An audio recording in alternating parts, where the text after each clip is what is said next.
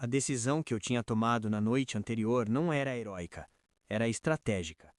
Permanecer ali deixara de ser insistência emocional e passara a ser cálculo. Se estavam reorganizando o espaço ao meu redor, eu precisava entender o desenho completo antes de agir. Não era mais sobre resistir ao desgaste, era sobre identificar quem coordenava o desgaste. Na manhã seguinte, o ajuste contratual foi formalizado de maneira quase burocrática demais para algo que mudava tanto.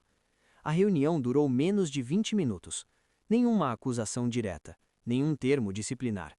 Apenas a explicação técnica de que, diante do cenário atual, meu escopo seria temporariamente redimensionado para a função de apoio analítico sem atribuição decisória. Temporariamente, mas sem prazo. O documento detalhava a redução de autonomia, necessidade de validação prévia para qualquer encaminhamento estratégico e limitação de acesso a determinadas camadas do sistema. Não era bloqueio total, era limitação cirúrgica.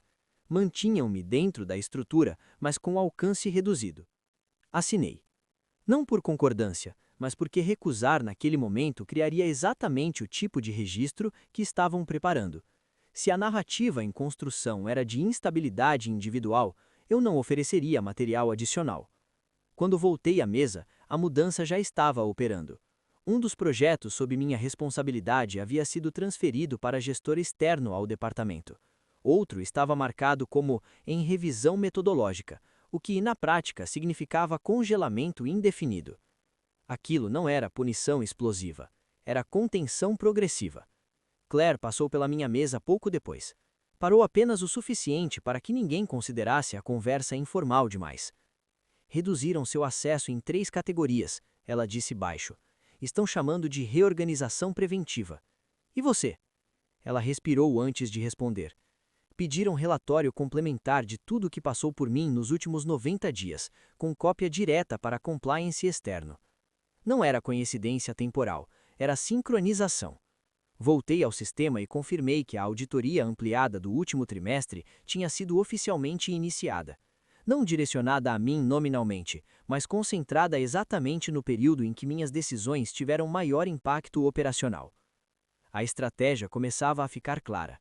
Redução de escopo no presente, revisão retroativa do passado, ampliação de monitoramento no entorno, a soma criava coerência futura. Se precisassem formalizar risco individual, o histórico já estaria preparado. No início da tarde, recebi novo e-mail solicitando comparecimento ao setor jurídico para a atualização de termos contratuais vinculados à minha nova função. O advogado manteve o mesmo tom neutro das outras reuniões. É apenas adequação preventiva, ele disse. Preventiva contra o quê? Eu pensei, mas não perguntei. Ele explicou que, dada a reestruturação, minhas decisões futuras deveriam passar por dupla validação técnica. Isso não era comum para alguém com meu tempo de casa. Era mecanismo de contenção. Quando saí da sala, percebi algo diferente no comportamento coletivo. Não havia celebração silenciosa. Havia cautela. As pessoas falavam comigo com formalidade exagerada, como se qualquer proximidade pudesse ser interpretada como alinhamento inadequado. Eu não estava sendo excluído, estava sendo sinalizado.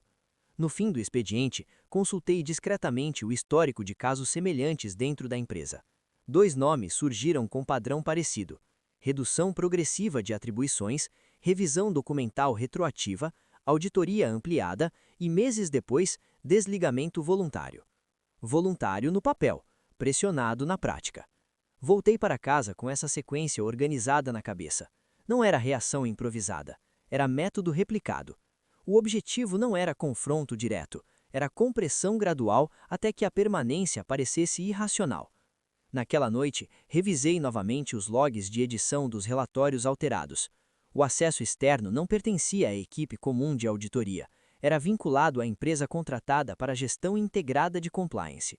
Gestão integrada significava conexão entre áreas que normalmente operam separadas. No dia seguinte, antes mesmo de sair de casa, recebi notificação do banco solicitando a atualização de perfil profissional para manutenção de conformidade institucional. A linguagem era técnica demais para ser coincidência. Na agência, o gerente explicou que meu perfil havia sido classificado como monitoramento preventivo, com base em integração de dados institucionais. integração de dados. Isso confirmava o que eu já suspeitava. A empresa não era núcleo isolado, era parte de uma rede maior, com compartilhamento autorizado de informação. Quando saí da agência, a conclusão deixou de ser hipótese. A reação não estava restrita ao prédio. Havia coordenação entre compliance empresarial, monitoramento financeiro e revisão documental externa. Na manhã seguinte, cheguei mais cedo e observei movimentação no setor de TI. 2 profissionais externos acompanhavam inspeção de rotina. Não exibiam identificação visível. Circulavam com naturalidade suficiente para indicar autorização superior. Não falaram comigo. Não precisavam. Voltei à minha mesa e comecei a montar uma linha cronológica independente, não como denúncia imediata, como preservação de versão.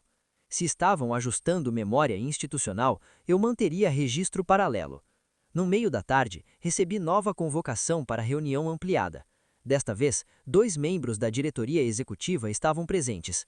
O discurso era mais amplo: preservação de imagem, estabilidade organizacional e responsabilidade compartilhada. Um deles mencionou que decisões desalinhadas podem gerar repercussão externa indesejada e comprometer confiança institucional. Era a primeira vez que o impacto externo era assumido explicitamente. Quando abriram espaço para manifestação, fiz apenas uma pergunta: a revisão retroativa dos relatórios segue qual protocolo formal? A resposta veio pronta: atualização sistêmica para manutenção de consistência histórica. A expressão repetida indicava alinhamento interno. Saí da reunião com clareza maior do que antes. Eu não tinha apenas atravessado um limite interno, eu tinha exposto que decisões consideradas técnicas possuíam camada política acima delas. E camadas políticas não gostam de luz. Naquela noite, organizei mentalmente o desenho completo: redução de escopo, auditoria ampliada, revisão retroativa, integração financeira, presença de empresa externa. A sequência formava padrão. Isso não era improviso, era método replicado. A pergunta deixou de ser se eu suportaria o desgaste. Passou a ser qual camada da rede assinava a autorização final. Porque controle distribuído ainda precisa de centro, e centro, quando identificado, deixa de ser invisível. Na manhã seguinte, enquanto atravessava o saguão do prédio, percebi que o ambiente estava mais estável do que nunca. Nenhuma tensão aberta, nenhum ruído, tudo funcionando como deveria. Era exatamente esse o objetivo: estabilidade controlada após neutralização de variável. Eu estava ali, ainda funcional, ainda produtivo, mas agora sob limite formalizado. A diferença é que eles acreditavam ter reduzido meu alcance. O que não sabiam é que alcance não depende apenas de cargo, depende de compreensão. E eu já compreendia o suficiente para saber que o conflito não era mais administrativo, era estrutural. E estruturas, quando pressionadas no ponto certo, não respondem com desgaste, respondem com exposição. Naquela noite, pela primeira vez, eu não pensei em recuar, pensei em localizar o centro.